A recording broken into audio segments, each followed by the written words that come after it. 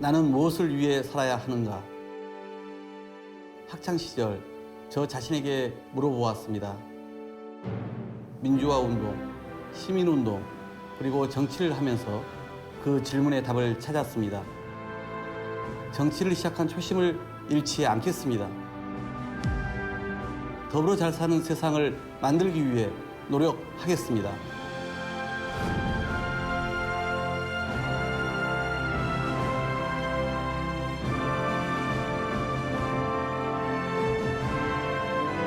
안녕하세요. 국회의원 박홍근입니다.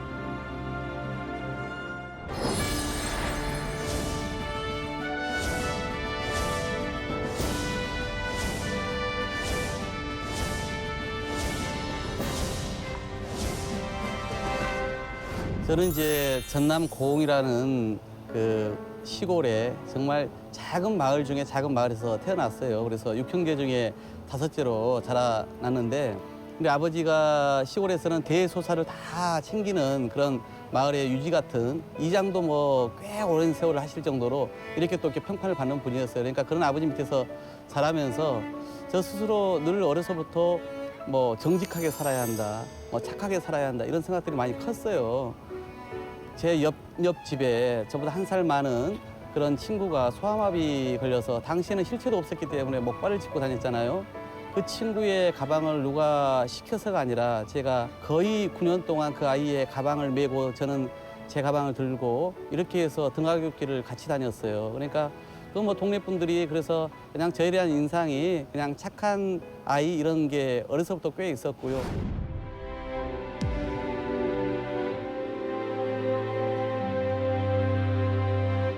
옛날 시쳇말로 깻잎 팔아서 대학 보내줬기 때문에 그 어려운 형편을 너무나 잘 알고 있어서 부모님의 걱정을 제가 너무나 잘 알고 있어서, 그래서 학생 운동을 안 하고 그냥 저도 좋은 직장 갔든지 아니면 기자 생활을 하든지 이렇게 생각을 많이 가졌거든요.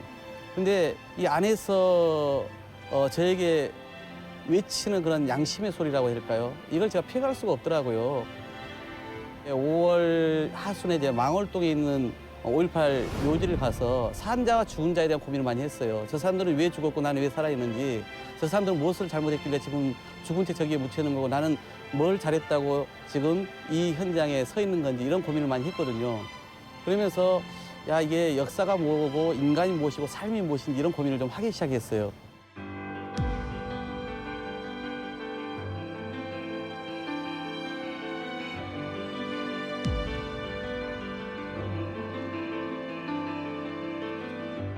아마 결혼하고 나서 가장 어려울 때가 그런 시기였던 것 같아요. 제가 제 시민운동을 하다가 결혼할 때 잠깐 공무원 생활을 1년 반 한 적이 있습니다. 그래서 아내가 그때는 되게 좀 편안해했죠. 근데 제가 아무래도 공무원 생활이 안 맞아요. 그래서 1년 반 정도 하다가 제가 다시 어디 직장 생활을 잠깐 거치면서 시민단체로 복귀를 합니다. 그 시기 결혼을 하고 초반에 제가 시민운동으로 다시 복귀를 하면서 급여는 뭐 100여만 원도 채 갖다 준 적이 거의 없어요. 그러니까 그 10수년의 세월을 아내가 묵묵히 지켜봐 준 게 너무나 미안하기도 하고 고맙기도 하죠.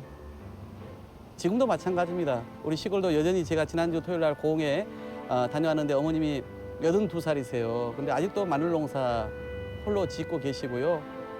그리고 저도 마찬가지로 뭐 아마 국회의원 재산 순위에서 밑에서 손가락 5번째 아마 꼽힐 정도로 정말 20평 초반대의 아파트, 그것도 대출 한 50% 끼고, 그래서 그렇게 살고 있기 때문에 그런 데 있어서는 제가 좀 그런 뭐랄까요, 남들을 너무 부러워하지도 않고, 그리고 그냥 원래 가난한 사람이기 때문에 그렇게 맞춰서 살면 된다, 규모의 경제를 이렇게 생각을 하고 있기 때문에 크게 그게 불편하다고 생각하고 있지는 않습니다.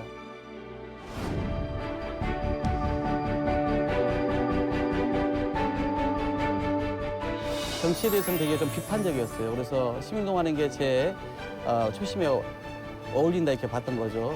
근데 다시 제가 2007년도에 이제 참여정부 말미인데요. 그 열린우당이 거의 뭐 붕괴 직전에 있었어요. 그래서 시민운동 하던 선배들이 우리가 들어가서 좀 새로운 정치를 해보자. 그리고 또 대통령 후보도 좀 잘 만들어보자. 이런 이제 제안이 있어가지고 고심 끝에 그때 제가 정치권에 들어왔습니다.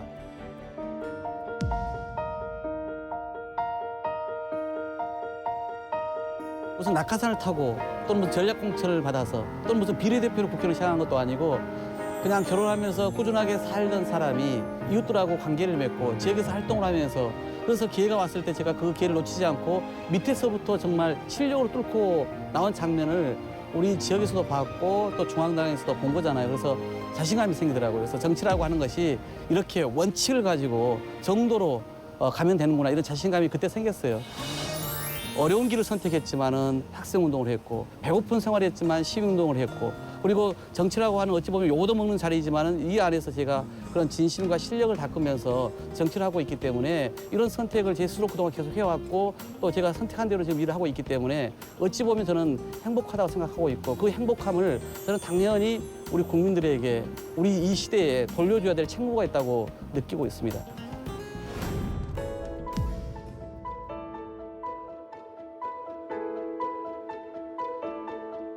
교육위원회에 있으면서 지역에 이런 낙후된 교육 환경을 우선 고쳐야겠다. 그래서 아이 키우고 싶은 동네 만들어야겠다.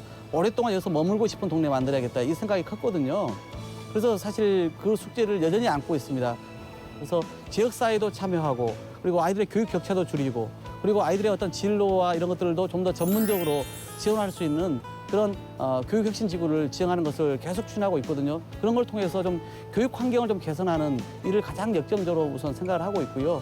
그 외에도 이제 늘 우리 지역 발전에 어두운 어떤 이미지를 줬던 망우리 공동묘지가 꺼리는 그런 어떤 회피해되고 기피해야 될 그런 안 좋은 장소가 아니라 어차피 거기에 역사적 우리의 어떤 현대 유인들이 계시잖아요. 애국지사들이 계시고 문인 예술인들이 계신단 말이에요. 그러니까 이것을 오히려 교육공간으로, 문화공간으로 이렇게 탈바꿈한다라면은 얼마나 우리 지역의 소중한 자산이 되겠습니까?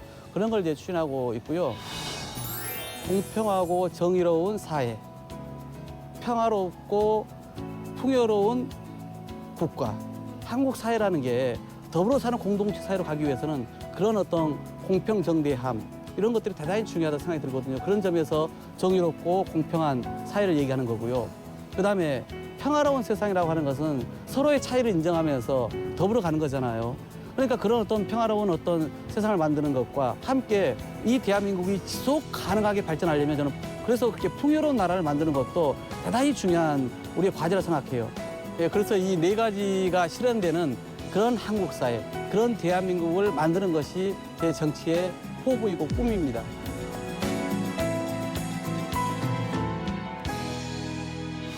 최근담에 나온 이야기인데 접인춘풍, 임기추상, 사람을 대할 때는 봄바람처럼 그리고 나를 대하는 데 있어서는 가을 서리발처럼 우리 이웃을 대하고 다른 정치인을 대하고 국민을 대하는 데 있어서는 정말 그렇게 너그럽게 대해야 한다 생각을 하고 있고요. 그러나 공직자로서 또는 공공선을 추구하는 사람으로서는 정말 철저하게 타협 없이 자기 자신에 대해서는 그렇게 원칙을 지켜나가는 게 중요하다고 보고 있습니다.